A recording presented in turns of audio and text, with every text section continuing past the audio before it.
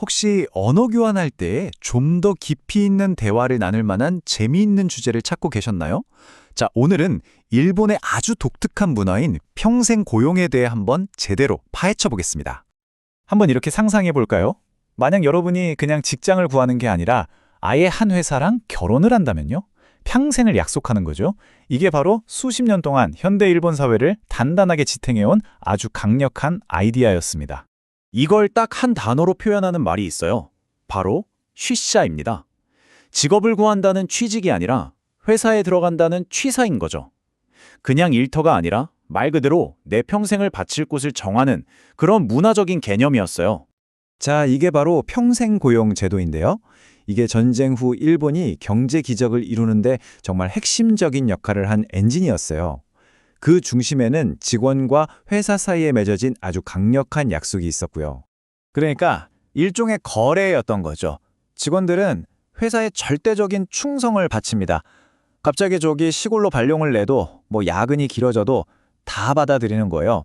그 대신 회사는 정년 퇴직할 때까지 고용을 완벽하게 보장해주는 그런 엄청난 안정감을 줬죠. 회사가 정말 말 그대로 제2의 가족처럼 굴렀어요. 직원들 살 집도 마련해주고 결혼하면 축하금도 두둑이 주고 그냥 직원의 삶 전체를 회사가 책임져 준 거죠. 그러니 수많은 일본 직장인들에게 이게 바로 행복의 공식이자 안정의 상징이었던 겁니다. 근데 말이죠. 이렇게 완벽해 보이는 안정감 뒤에는 몇 가지 좀 독특한 문화가 있었고 또 보이지 않는 무거운 대가가 따랐습니다. 혹시 이런 장면 보신 적 있으세요? 수백만 명의 대학생들이 전부 똑같은 검은색 정장을 쫙 빼입고 한꺼번에 채용되는 모습이요?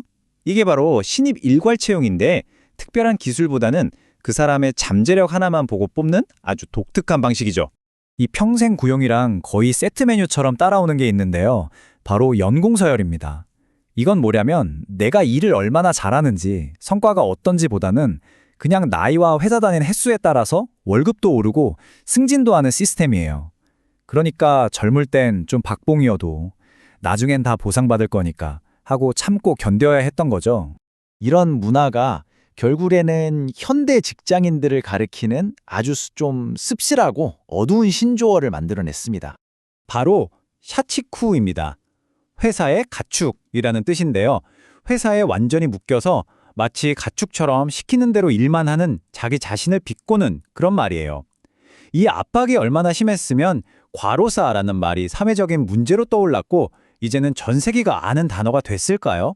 결국 세계화의 거센 파도랑 일본의 장기 경제 침체가 겹치면서 일본 대기업 회장들조차 이제 평생 고용을 유지하기는 어렵습니다 라고 공개적으로 인정하기 시작했습니다. 그 단단했던 약속에 금이 가기 시작한 거죠. 자, 그런데 이걸 지켜본 젊은 세대들은요, 생각이 좀 다른 것 같아요. 부모님 세대와는 다른 길을 선택하기 시작했거든요. 요즘 일본의 젊은 세대들은요, 한 회사에 맹목적으로 충성하는 것보다 나 자신의 시장 가치를 높이는 걸 훨씬 중요하게 생각해요. 워라밸은 말할 것도 없고요. 예전에는 진짜 배신자 취급받던 이직이요, 이제는 완전 능력의 상징, 더 나은 커리어를 위한 똑똑한 선택으로 여겨지고 있어요. 이건 정말 일본 사회가 엄청나게 변하고 있다는 걸 보여주는 신호입니다. 자, 보세요. 이렇게 사회가 크게 바뀌는 이야기는 언어 교환할 때 정말 좋은 대화 주제가 되거든요. 어떤 이야기부터 꺼내면 좋을지 제가 몇 가지 팁을 드릴게요. 첫 번째 주제는 바로 이거예요. 안정성과 자유. 여러분은 어떤 쪽이세요? 평생 직장이 주는 그 완벽한 안정감이 더 끌리나요? 아니면 여러 회사를 다니면서 다양한 커리어를 쌓는 자유가 더 매력적인가요? 두 번째로는 채용 문화에 대해 이야기해보는 거예요. 일본처럼 경력 하나 없는 대졸 신입을 잠재력 하나만 보고 뽑는 거 어떻게 생각하세요? 여러분 나라에서는 보통 신입을 어떻게 뽑는지 비교해보면 아주 재미있을 거예요. 마지막으로 이 가족 같은 회사라는 개념에 대해서도 한번 이야기 나눠보세요. 회사가 직원의 사생활까지 챙겨주는 게 되게 든든하게 느껴지나요? 아니면 좀 솔직히 부담스럽고 숨막히나요? 대화하다 보면 이런 단어들이 꼭 필요할 거예요. 평생 고용, 종신 고용, 연공 서열, 연공 수열, 충성심, 이직, 접 하핑, 그리고 대졸 신입, 신솔. 알아두시면 훨씬 더 깊이 있는 대화를 할 수 있을 겁니다. 오늘 우리가 함께 살펴본 이 일본의 직업 문화 이야기 어떠셨나요? 이걸 보면 일에 대한 가치관이 문화마다 정말 다르다는 걸 알 수 있죠. 이런 차이를 이야기하는 것 자체가 최고의 언어 공부가 아닐까요? 그러니 계속 배우고 또 계속 이야기 나누세요.